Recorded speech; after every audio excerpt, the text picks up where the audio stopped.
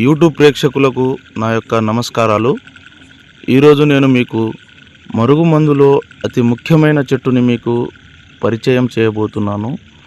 అసలు ఈ మరుగుమందు ఎందుకు వాడవలసి వస్తుందంటే, భార్యాభర్తల సమస్యలతో బాధపడుతున్న వారికి, ప్రేమికుల సమస్యలతో బాధపడుతున్న వారికి, అదేవిధంగా అత్తాకోడళ్ళ సమస్యలతో బాధపడుతున్న వారికి ఈ చెట్టు పేరు అత్తిపత్తి చెట్టు అని అంటారు.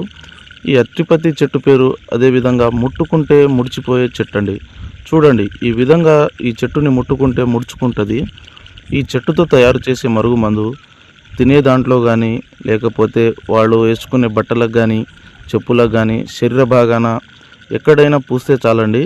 ఈ చెట్టు ఎలా అంటుకుంటుందో మనిషి కూడా అదేవిధంగా మనిషికి అంటుకొని పోతారండి.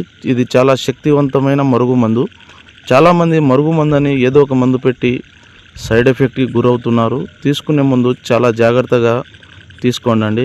ఈ కాలంలో మరుగుమందు కేవలం మంచికే వాడాలి, చెడుకు మాత్రం ఉపయోగించకూడదు. కేవలం మంచికే వాడాలండి. ఈ మరుగుమందు పెట్టడానికి అవకాశం లేని ఎడల దూరం ఉన్న వ్యక్తిని కేవలం